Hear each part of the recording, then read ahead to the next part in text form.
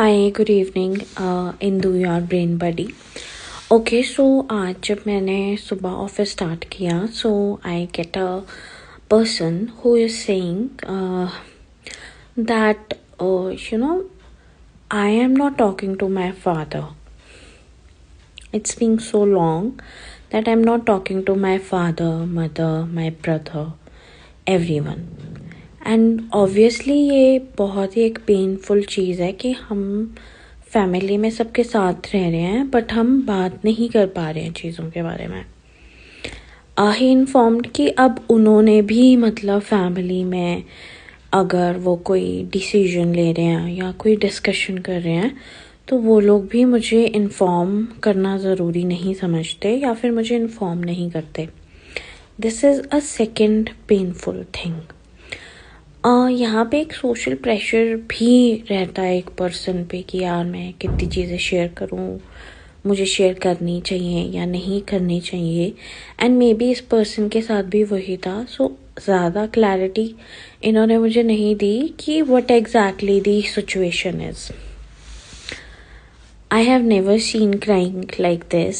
He cried a lot right कि I don't know कहाँ से चीज़ें ख़राब हुई हैं. मैं अपनी तरफ से जितनी कोशिश कर सकता था मैं उतनी बेहतर कोशिश कर चुका हूँ. एंड अब मैं चीज़ों को निगलेक्ट कर रहा हूँ या मैं चीज़ों को अवॉइड कर रहा हूँ. ठीक है कि आमना सामना नहीं हो रहा ताकि वही पुरानी बातें नहीं आई और what ever the thing is.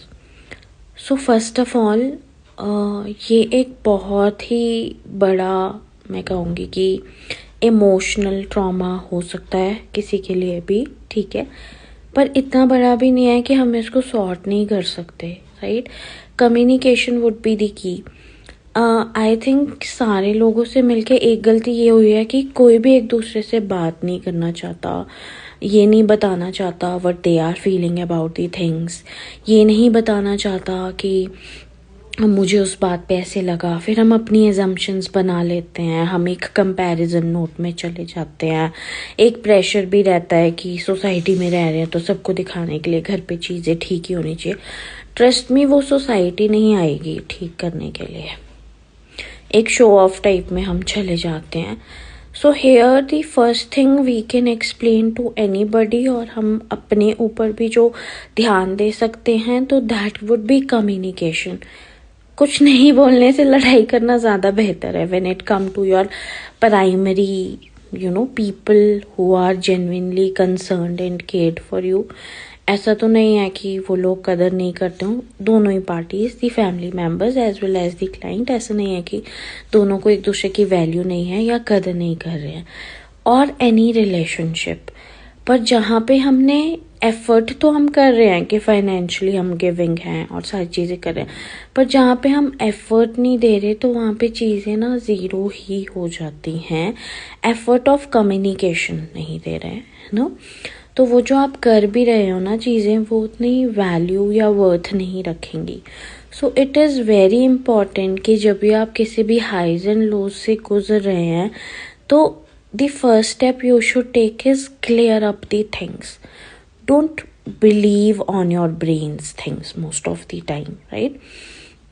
क्योंकि वो ब्रेन समटाइम वर्क लाइक अ टॉडलर तो वो आपको एक क्लैरिटी उस टाइम पे नहीं प्रोवाइड करवा पाएगा. दो लोग शांति से जब बैठ रहे हैं और कम्युनिकेशन भी ऐसे नहीं होना चाहिए कि that end up to an argument. Definitely एक लिसनिंग पोटेंशियल होना चाहिए right so that you can understand yourself, make them understand about the things and just sort it out. So thank you very much. It's being so long that I had connected. Like, share and follow for more. Good day.